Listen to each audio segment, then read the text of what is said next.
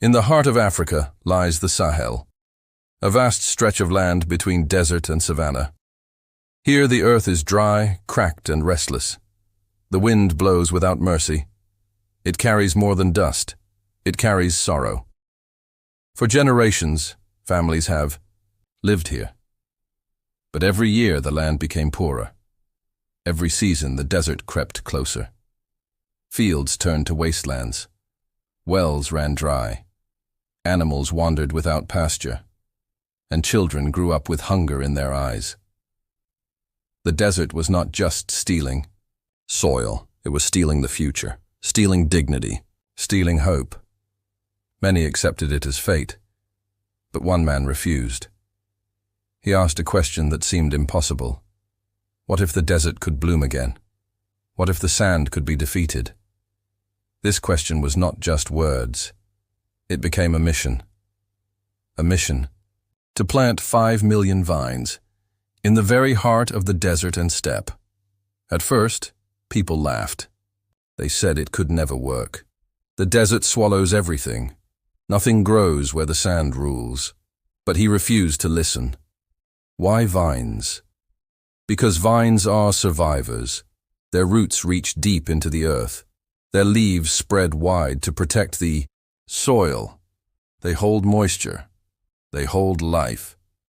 They shield the ground from the burning sun, and they fight back against erosion.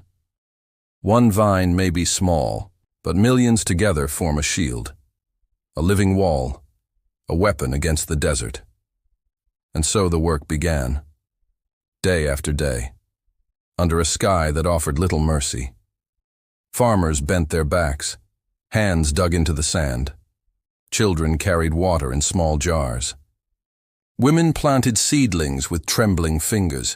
Every vine was more than a plant. It was a declaration of war against despair. Each hole dug into the ground was a prayer. Each drop of water poured on the soil was a promise. At first, the green rows were fragile.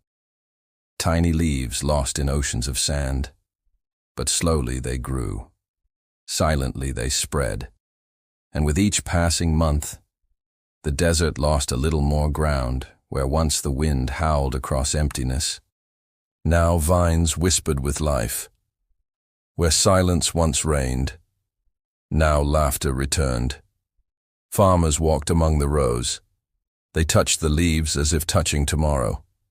Children ran between the green shoots, their footsteps kicking up joy instead of dust. The skeptics had asked, where will the water come from? Can plants survive in this heat? But solutions were found. Drip irrigation carried water with precision. Rainwater harvesting captured every drop from the sky. Old traditions of soil care were revived. And modern. Science offered new tools. It was not easy. Sometimes plants withered. Sometimes storms destroyed months of work. But the people did not stop. Because every vine planted was hope, and hope is stronger than despair. The desert was not defeated in a day, but little by little, it retreated. The sand loosened its grip. The soil began to breathe again. Birds returned. Insects buzzed between the vines. Shade appeared where none had been before, and the land began to heal. This project was not only about food, not only about water. It was about dignity. It was about showing the world that Africa will not wait to be saved. That Africa will save itself. 5 million vines are now taking root. 5 million points of life. 5 million declarations of resistance against the desert. The world is beginning to notice. What was once called impossible is now undeniable. Satellite images show green where there was only brown. Communities show smiles where there was only despair. And this is only the beginning. Because vines grow. Vines spread. Vines multiply. And in their growth lies the future. One day, these 5 million vines will become forests. Forests that shelter. Forests that feed. Forests that stand as living monuments to courage. Generations from now, children will walk through these green lands.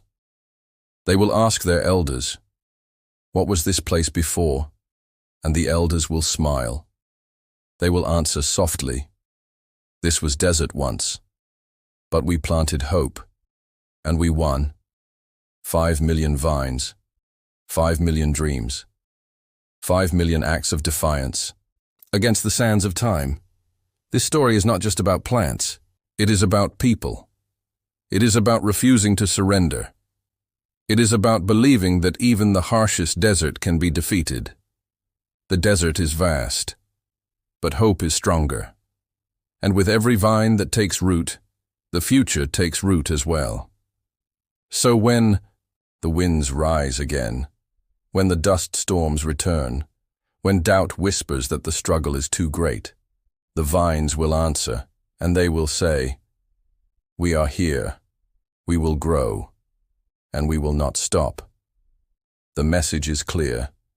The future does not belong to despair. The future belongs to those who dare to plant hope. This is more than just a story of vines in the desert. It is a story of hope, of struggle, and of a future waiting to be written. If this journey inspired you, don't let it end here.